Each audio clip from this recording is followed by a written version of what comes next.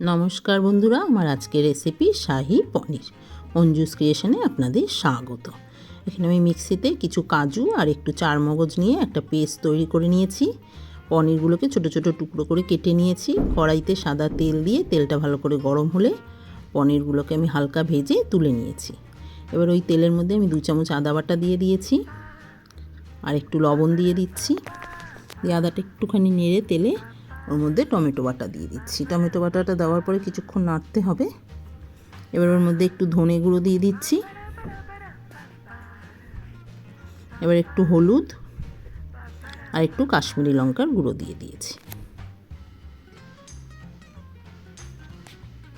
এবার আমি কাজু চারমগজ বাটাটা দিয়ে দিচ্ছি।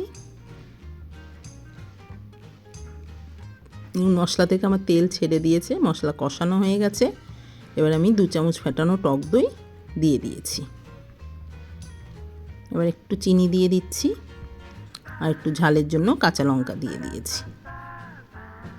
এবার আমি উষ্ণ গরম জল দিয়ে দিচ্ছি। এবার ঝোলটা কিছুক্ষণ ফুটতে দিতে হবে। ঝোলটা ফুটে উঠলে ওর মধ্যে আমি ভাজা পনিরগুলোকে দিয়ে দিচ্ছি। এবার পনিরগুলো দিয়ে আবার কিছুক্ষণ একটু ফুটতে দিতে হবে।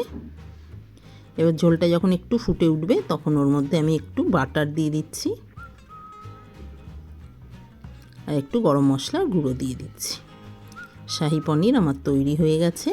দেখা হবে আবার নতুন কোনো রেসিপি নিয়ে। সবাই ভালো থাকবেন, সুস্থ থাকবেন।